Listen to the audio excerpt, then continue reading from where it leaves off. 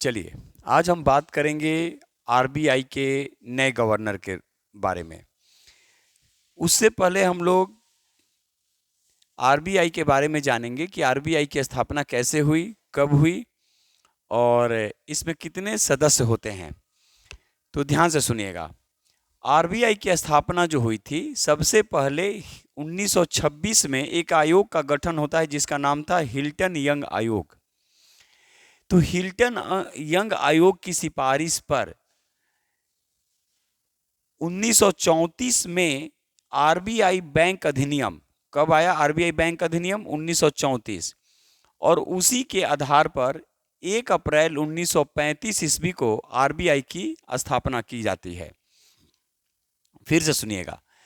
1926 में Hilton young आयोग की सिफारिश के आधार पर, जिसको रॉयल कमीशन भी कहा जाता है, आरबीआई बैंक अधिनियम 1934 के प्रावधान के तहत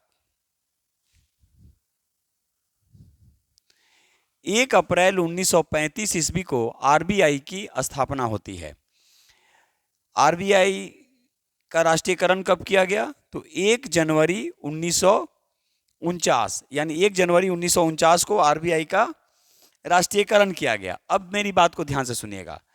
अब इसमें एक जो सदस्य होते हैं, क्योंकि उसी के आधार पे नियुक्ति की प्रक्रिया होती है और इसमें उन्हीं को नियुक्त किया जाता है जो भारत में भारतीय अर्थव्यवस्था को पूरी तरह से जानकारी रखते हों, और भी कुछ प्रोसेस है। इसमें कुल जो सदस्य होंगे वो 21 होते हैं, जिनमें डिप्टी गवर्नर जो होते हैं वो 4 और गवर्नर जो होते हैं 1। तो आखिर आरबीआई चर्चा का विषय क्यों बना है? तो ध्यान से सुनिएगा। 11 दिसंबर 2024 से आरबीआई के नए गवर्नर के रूप में संजय मल्होत्रा काम करना शुरू करेंगे। यानी आरबीआई के नए गवर्नर कौन? तो संजय मल्होत्रा। ये किसके स्थान पे?